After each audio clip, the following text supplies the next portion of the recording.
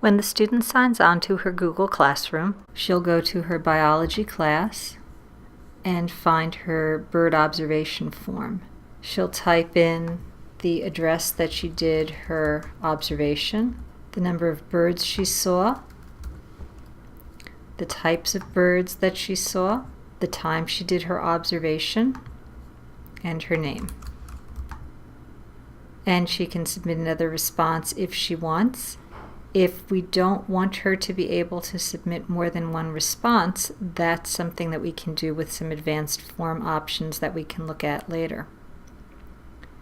She'll close that out, open up her assignment,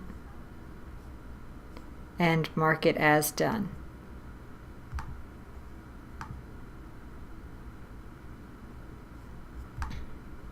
Looking at my biology class as a teacher, I can see that my one student has finished her work.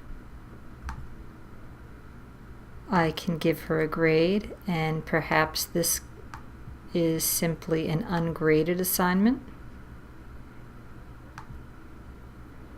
I can go to my folder in Google Drive.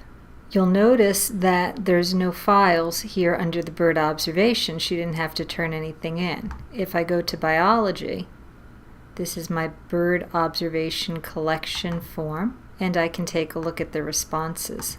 This is the individual responses. This is the summary of responses, so I can see the entries and everything as a pie chart and bar chart. If I had multiple students, I would have multiple entries over here, and I can take a look at the individual form.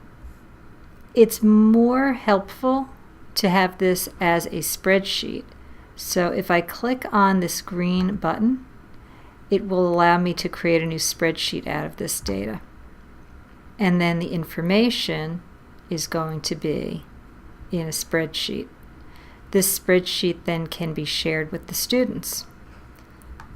So if I go back to my Google Classroom, I can add a note and share. Here's the data we collected from the bird observations from my Google Drive.